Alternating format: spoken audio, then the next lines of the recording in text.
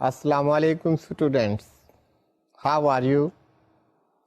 Students, we have discussed letter of credit at length. Different aspects, those have been discussed, analyzed, comments have been given, and the objectives and the scope of the letter of credit that has been discussed. We discussed the flow chart of the letter of credit, so that you may understand what are the different stages through which the letter of credit transactions pass. You by now know that letter of credit that starts from a relationship, business relationship between the exporter and importer, or you can say between seller and purchaser. Both enter into negotiations, they reach certain consensus, they have their own terms and conditions. What is to be supplied, at what rate to be supplied, what would be the quantity, when it will be supplied, how it will be shipped, how the payments will be made, what would be the modes of payment. All these aspects and many more, those are negotiated and discussed between the two parties. So the first stage is negotiation between the exporter and importer, or purchaser and seller, culminating into a contract.